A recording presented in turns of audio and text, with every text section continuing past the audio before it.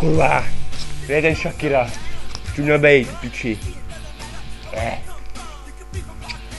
Skate mi nejezdí, ale potřebuji to navoskovat.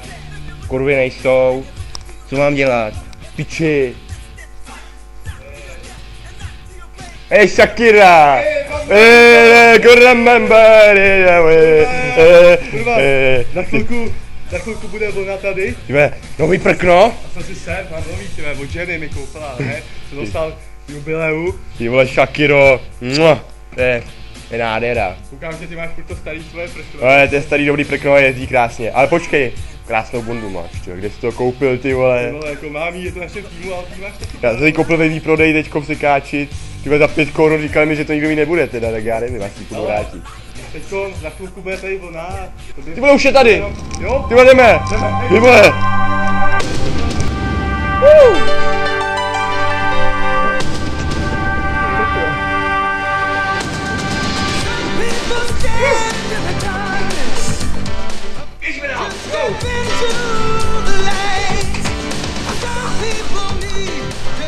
Co to je? Ty vole. Tak čekal jsem nějakou vodu a co tu dělá ten starý dědek? Pánové, veškerou vodu jsem vypil, poté jsem se těžce zvolil. Je mi to líto, ale dnes voda nepůjde. Cože? Fakt? Tak to je pěkně v prdeli.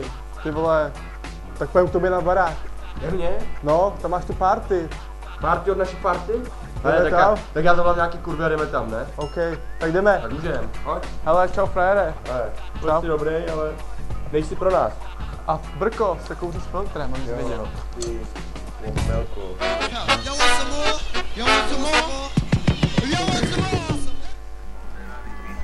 Hej pánové, užijte si tu šukačku, jo?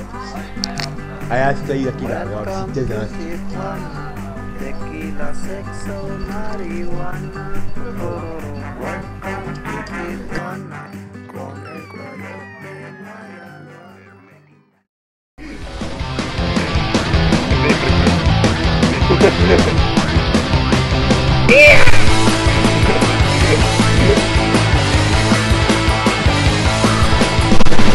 Marcus for the goal, why don't you get your damn beer? Then do us all a favor, get your fuckers out of here. I think our son's retarded, likes to read, not watch TV. He never plays no football with kids.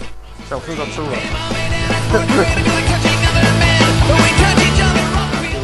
Mochmelka. Hej. Proč se tady nesetuje? Co tu sedíš, vole? Jo. Vole. Dejte se a přijďte zas.